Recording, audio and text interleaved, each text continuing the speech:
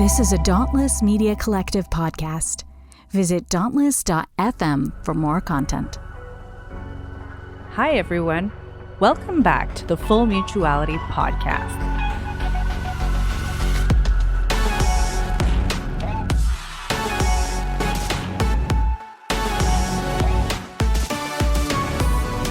Today's episode is the continuation of a conversation we started last time with Chris Doran, in which he shared his story of religious trauma at the hands of the leadership of a church called Emergence. If you haven't had a chance to listen to that episode, please check that one out first and then come back to this one. In today's episode, we discuss the response churches have when they're called out and how things can be handled better. Also, please note this conversation does contain a mention of suicidal ideation.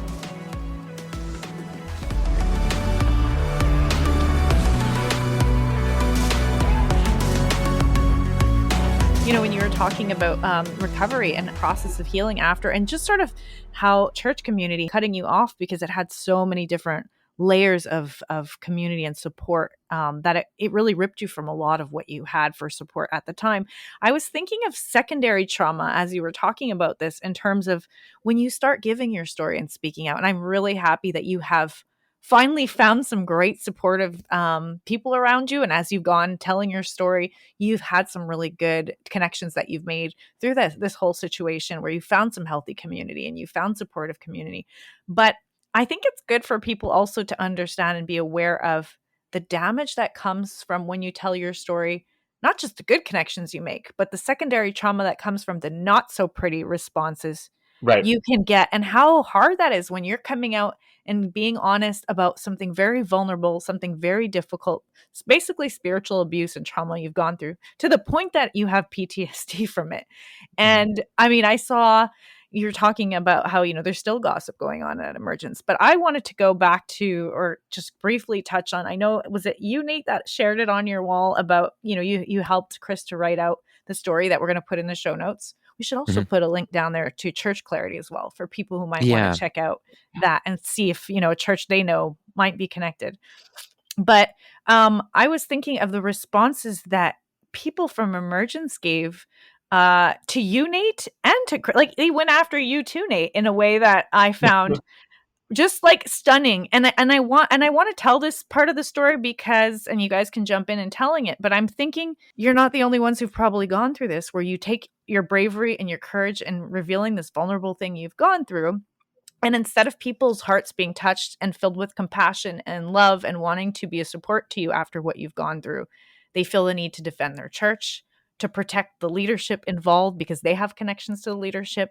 And instead of listening with an open heart and with a sense of repentance and remorse and being heartbroken over it, they become vicious. I can't even think of another way. Gaslighting. I mean, I'm just thinking somebody came at you, Nate, and compared you to Fox News for writing the story with Chris and diminished the role that you even played in your church, tried to pretend. Was it that you weren't on staff or that you didn't have a certain title, so you weren't as important to the church? Yeah, it had to do with my, with me sort of characterizing myself as having been on pastoral staff at the church. Well, there were 5 of us on staff at the church at the time.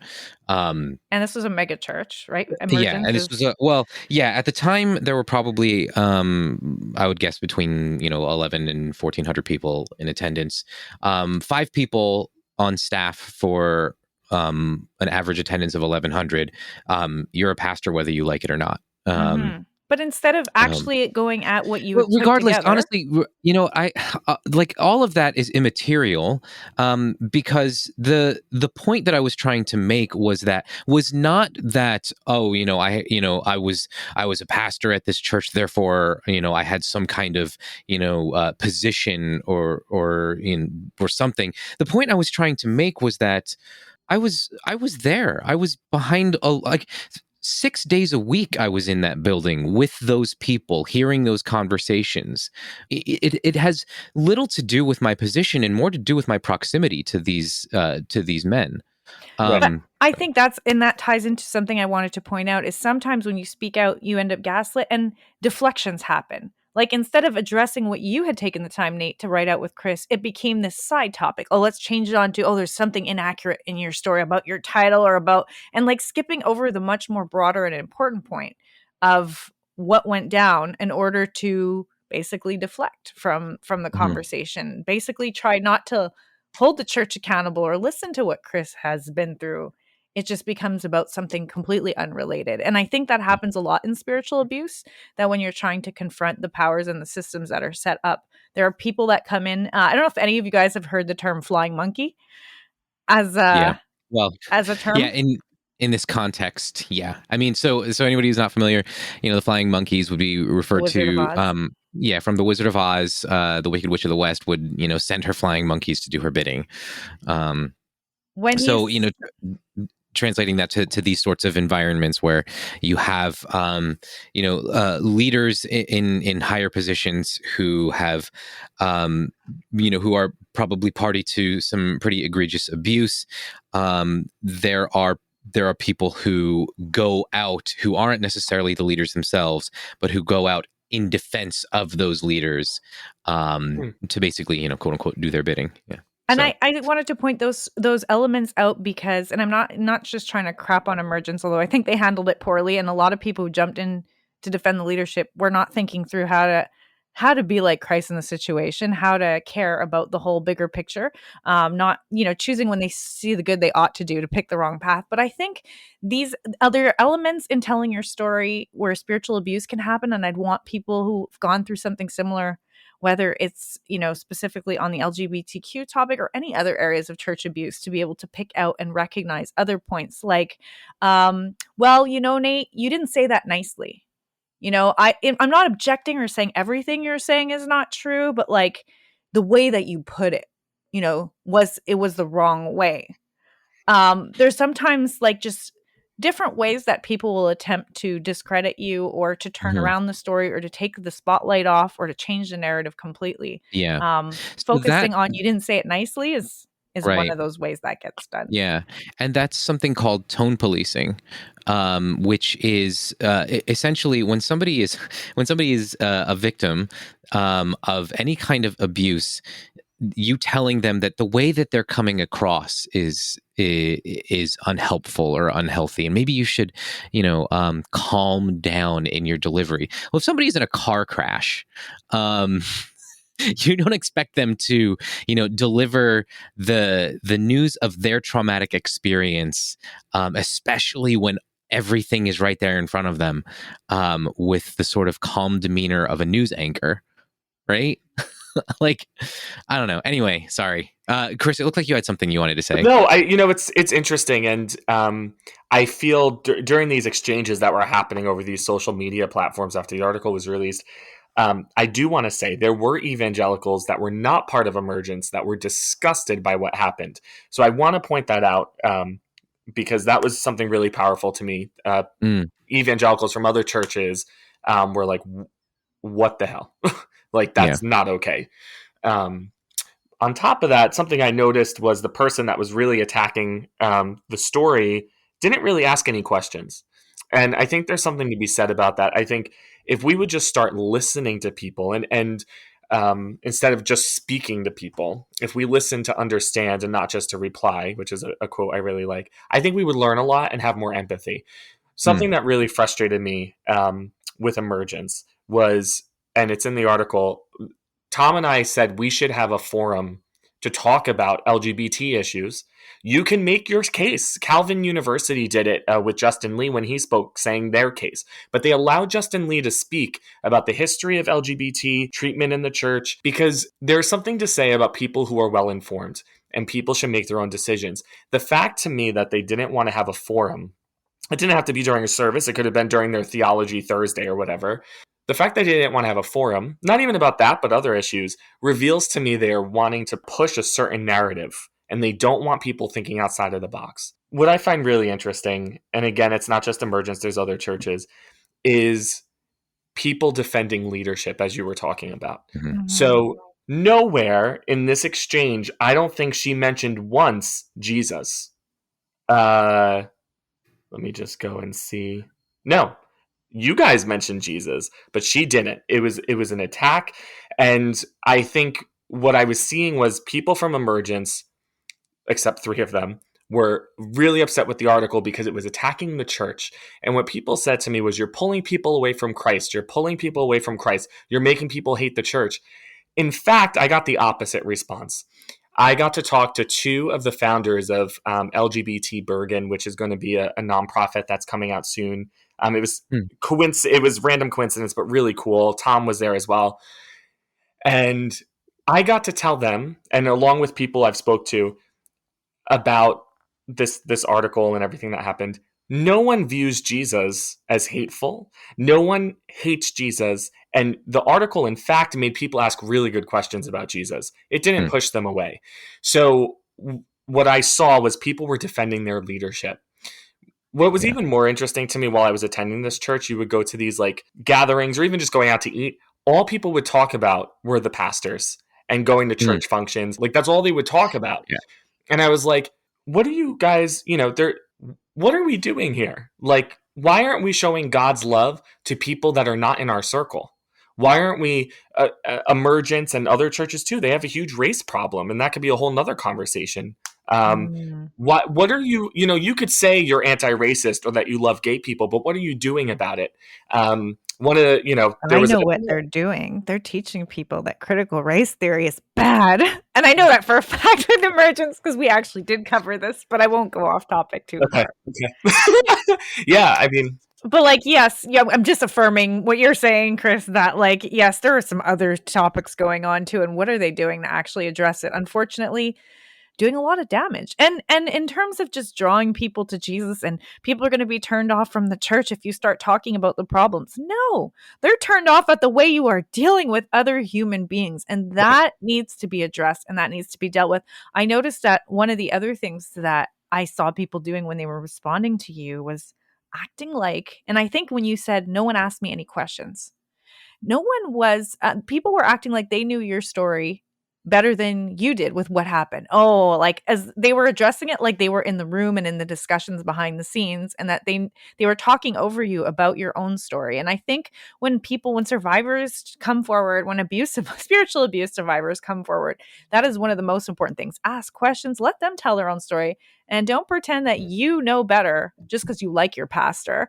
Then the person who was actually in the room and had those horrifying conversations that traumatized them. And yeah, I think those are the things that turn people from God. Those are the things that can push people away from God permanently and totally and make them never, ever want to go back to a church again. And then watching the people in the background, instead of them showing love and support, but assuming that they're lying, assuming that they made it up, assuming that they know that person, the real motivation behind why they're doing it. Like, oh, you're trying to be divisive or you're trying to whatever. I mean, I've heard so many different things over the years of basically horrible motivations being attributed to why someone would want to speak up. When in reality, people don't speak up for attention. Everyone who decides to confront these sort of abuses about that they've gone through do so with trembling hands and with a hope for change. And I think that's what I can see of your heart when you wanted to talk about your story. I saw how careful you and Nate were in the background discussing, and how you didn't want to throw anyone under the bus. You didn't want to wrongly. You fact checked all of your stuff. You guys were so careful in trying to make sure that you didn't present anyone the wrong way. I hope I don't misquote so and so. Wait, let's change that part because I don't know if that's exactly what he said. And Tom was on the phone with us during this process because he was like, "Hey, you know what? I remember that a little differently." And it was so important that this story, because it's his story too, and it was so important that everything was accurate. We went through all the emails and text messages that we had because we wanted to make sure that everything we said was accurate. We also didn't name every pastor in that article. And there was a real reason to do that. The goal was not about attacking each individual person. It was about attacking the way something happened and the trauma that it brought. And my hope was that Emergence would have been kind of made aware, more, I guess, what's the term now? Woke? Like just kind of woken up and shaken from this kind of stagnancy of complacency.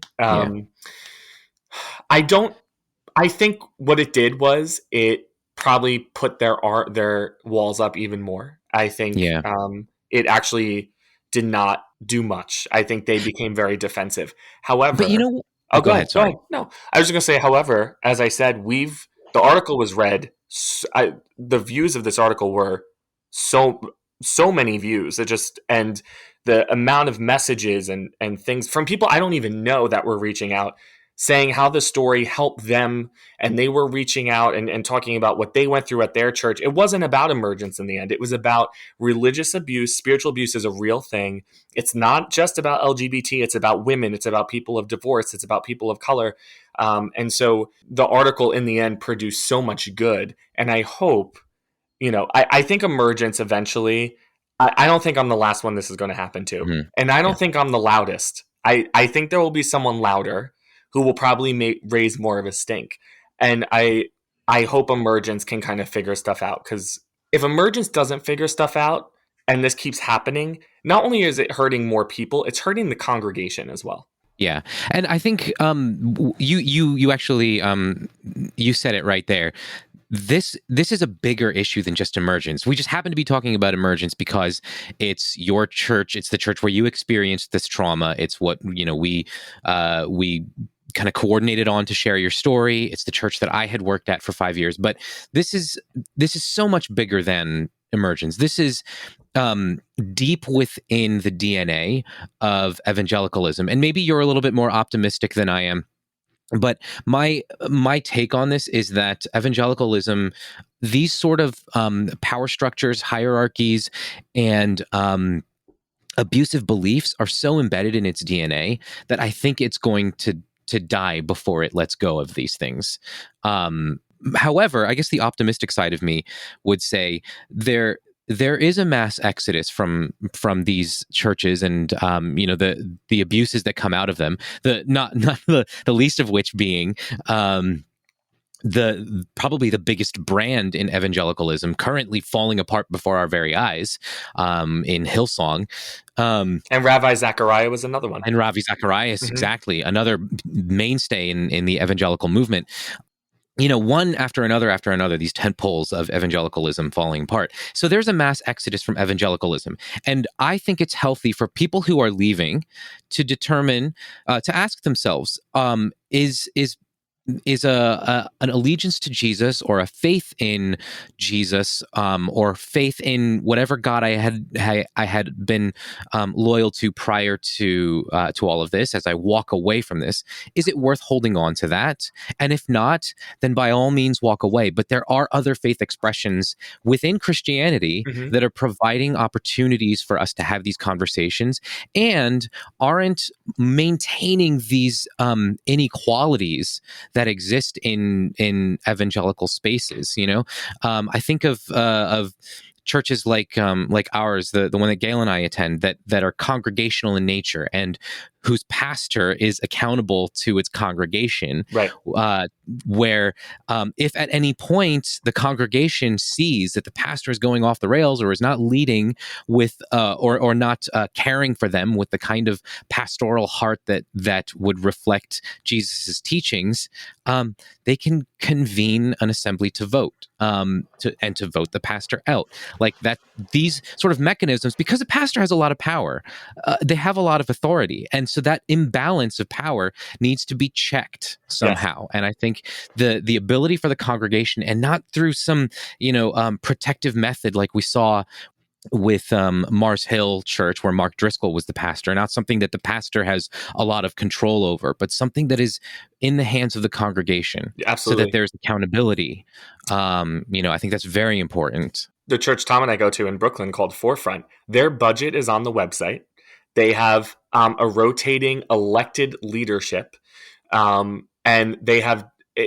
When I saw that their budget was on the website and you didn't have to be a member to see the budget, that's powerful to me. A lot of churches, Emergence is one of them, their budget is behind a lock and key. And it really concerns me that no one's asking why. When I saw a budget posted on the website for everyone to see, you literally log on, it's right there. When they state every single value and view they have video clips of going into each discussion of social issues. And I mean, every issue you could think of, I'm sure they're missing some, but the big ones that are a huge issue today, they talk about. It's super, super clear where they stand. That was powerful to me. And there are other churches like that too, but I think there's something to be said. And I hope, and I know Emergence is going to listen to this podcast. I know it's going to get to them. One question I have for them is, why don't they make their budget public? Why are their views not on their website? And what are they doing about the church abuse and trauma that has already happened? And particularly, why is the lead pastor not talking about homosexuality? He pushes the pastor of theology to talk about it. He refuses to touch it. There are a lot of questions I have. I can't ask it, but I know they're probably going to listen to this. And it's not just Emergence. As I said, there's other churches that everything is behind lock and key. You have to have a member. You have a membership. You have to request it to see it. And there's something that I think they need to be held accountable. And what's really sad is, because of the way the leadership is structured there, who are they accountable to? Each other. It's really interesting. And that sort of, I guess, ties into a bit of what Nate was saying about accountability structures in your leadership, and if your congregation can hold you accountable. Because if it's the leaders that vote in leaders and decide when leaders leave, then they're all there to support each other in keeping those positions, there isn't any accountability. I think that one of those you were quoting some verses earlier, and there's a verse in the Bible that I don't think my church ever read, and it was, those who are elders who are sinning, you are to reprove before everyone, so that others may take warning. It's from 1 Timothy 5:20. And I find it funny that it's a Bible verse, because a lot of churches talk about discipleship and they talk about disciplining church members. And they will kick people out and remove people from their churches for quote unquote sinning, which again, I find is interesting, because what qualifies as sin and what doesn't is always, I'm like, how did they pick these things as what they're, making into the bad things, when it's, people's identities? And why are they taking these other things like that are actually harming others, like racism, and not seeing that as the sinful stuff to, go after? But what I found interesting is that if you look for verses in the Bible that talk about disciplining your church members, you're not going to find much. But if you look at the idea that elders should be reproved before everyone, so that others may take warning, I'm thinking, how many churches that kick their leaders out? And I don't mean once there's a big scandal that comes into the open and that pastor runs away and flees the situation because they have no choice, and now they got to run away and hide because they are totally outed. Like, we mentioned Hillsong, we mentioned Ravi. I mean, there's so many of these where they hide it as long as they can. They try and cover and say it's gossip or it's false accusation until it's very, very clear and blatant that that's not the case. And then that's it. The person is not held accountable. They just kind of, like Mars Hill, disappear. And if they publish their budget on their website, the misappropriation of funds that happened in those churches would have been caught much sooner. It's amazing to me, and I'm sure other people knew. We always point at the leader, but there were people underneath them who knew where the money was going and covering up for them. There was. I don't know. Jesus himself is he uses very strong language for the religious hypocrites and religious leaders. Yeah. That's where I was going with that point, was just that it's interesting that there's the churches that will kick out members will never do that with their leaders. And Jesus, really, when he took aim at anyone, it was always the religious leaders that he was so strongly speaking out at, calling them hypocrites, vipers, whitewashed tombs. It was all the religious leaders that he was going at. And yet these kind of verses, we'll never hear them, because keeping leaders accountable is sometimes not happening. What I do enjoy in us talking about this, I like talking about everything that went bad, because I think lots of people see their story, like people who aren't from Emergence who reached out to you and saw their own story in this. I think talking about the negative side, the traumatic side, the part that you can't go through healing and recovery without having something really bad happen first. And that's unfortunate. But I think talking about that so people don't feel alone is an important part of why I want to do this podcast and why I want to talk about inequality, is to highlight what's wrong. And the other part of it for me is, where is their hope? What does doing it right look like? And I think we did touch on a lot of that, whether it's what you said about making budgets public, or what you said, Nate, about how the congregation can function in a way or a structure that does hold leadership accountable. And it's not just one guy picking his buddies and they all support each other at the top and no one could actually address it, and that's the structure of the church. So I'm thinking of, like, there are ways to do things that are healthy and right. And what does freedom and what does equality look like if things were done in a healthy and better way? And those are also notes that I love to wrap up with, or that I like to bring forward as part of it. Like, we can get into the nitty gritty of how things go wrong, and I don't want to downplay that because it's super important. But Right. then, like, how do we imagine this to be different? What needs to change? How can things look different? Stating up front their beliefs on things. There's another one that we covered today. Right. Yeah. Did I miss something? Are there other things that when we think through like this topic that pop into your head? Or Those are the main. Yeah. When you are truthful in all things, I don't have the verse in front of me, but everything comes to the light. Truth will always prevail, and when people are honest and truthful and don't hide anything, it is better in the long run. It is better to have a minor issue than it blow up into a huge one. Um, I ultimately, and as you were saying, there is a lot of hope. As I said, there is religious trauma therapists, there are support groups, there are nonprofits that help people who have gone through this. Um, Freed Hearts is one of them. It's a great nonprofit. If you want something really powerful that makes you think, is check out. I think Naked Pastor has some really cool cartoons that definitely had me thinking about things. But there's so many organizations out there. Yeah. I can tell you I am not suicidal today, which is good. But it took a lot of time. Again, psychiatry, therapy, religious trauma therapy. But ultimately, what really healed me is I started going to a new church that, as I said, very transparent. They were the first church to just take me as I am without any questions, without any explanation of anything. It was like, welcome, we love you.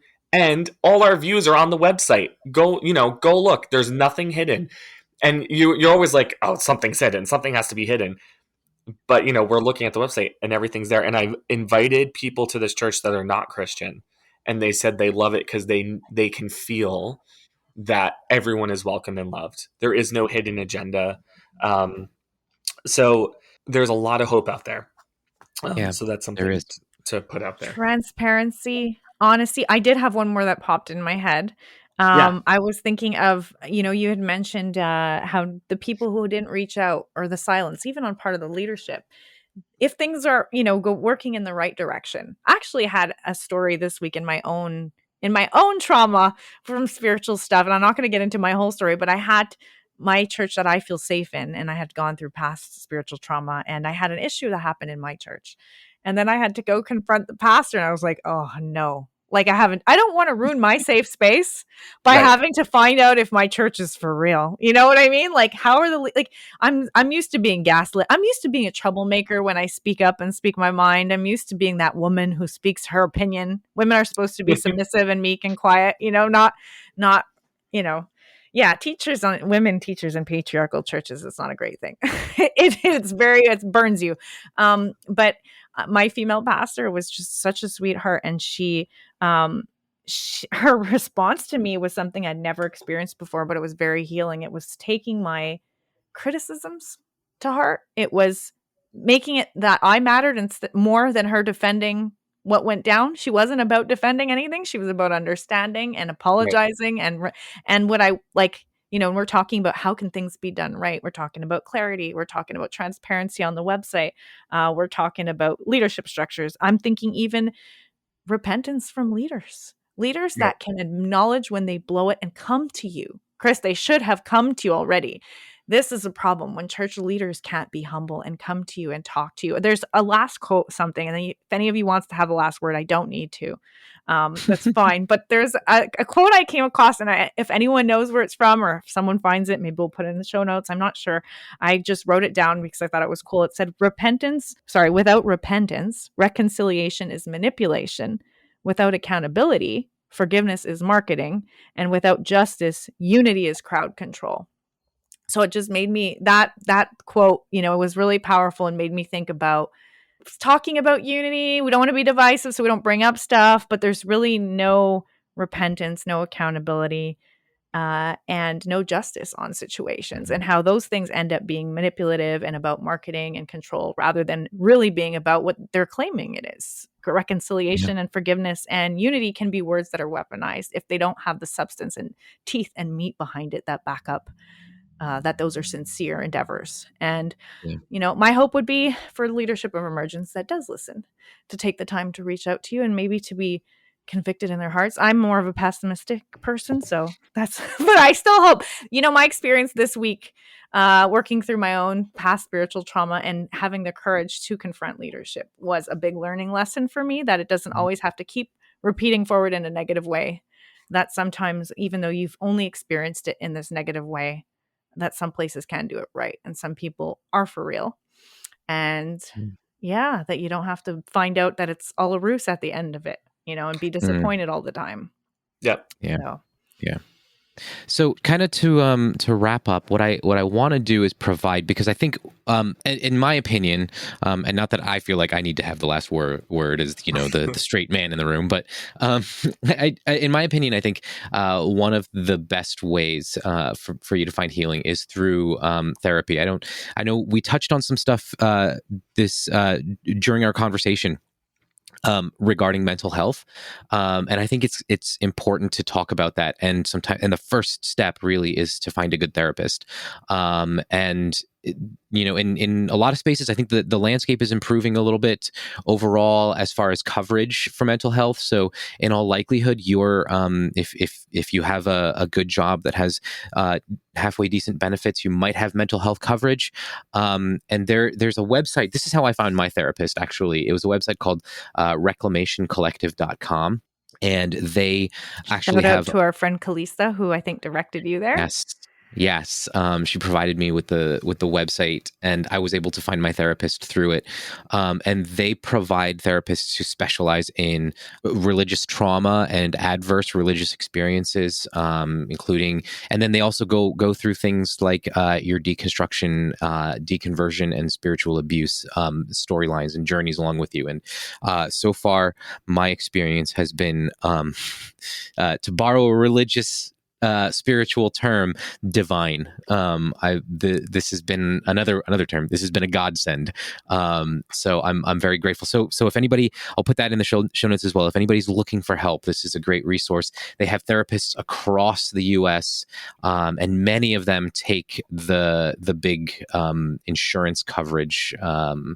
So like whatever big companies you have in your state, many of those therapists take them. So anyway. Good resources. Good stuff for people who've gone through things and need. I mean, I was just surprised to hear Nate saying to me, "Gail, I love my therapist." I was like, really? This is good. I mean, most people think therapy is like going to see any doctor, whether it's a dentist or, it's a little bit of torture. And you were just like, that was so refreshing and so helpful. Yeah. All right. Well, Chris, do you have anything else you want to say? Oh, no. I think the last thing I just want to say is, there is hope out there. And if it doesn't feel like love, this is a Susan Cottrell quote, so I can't take, credit for it. If it doesn't feel like love, it's not love. Well said. Yeah.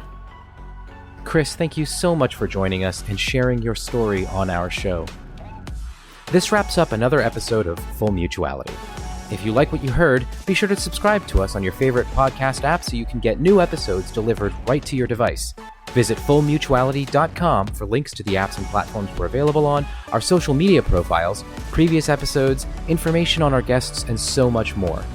Thanks for listening, and we'll see you again on the next episode of the Full Mutuality Podcast.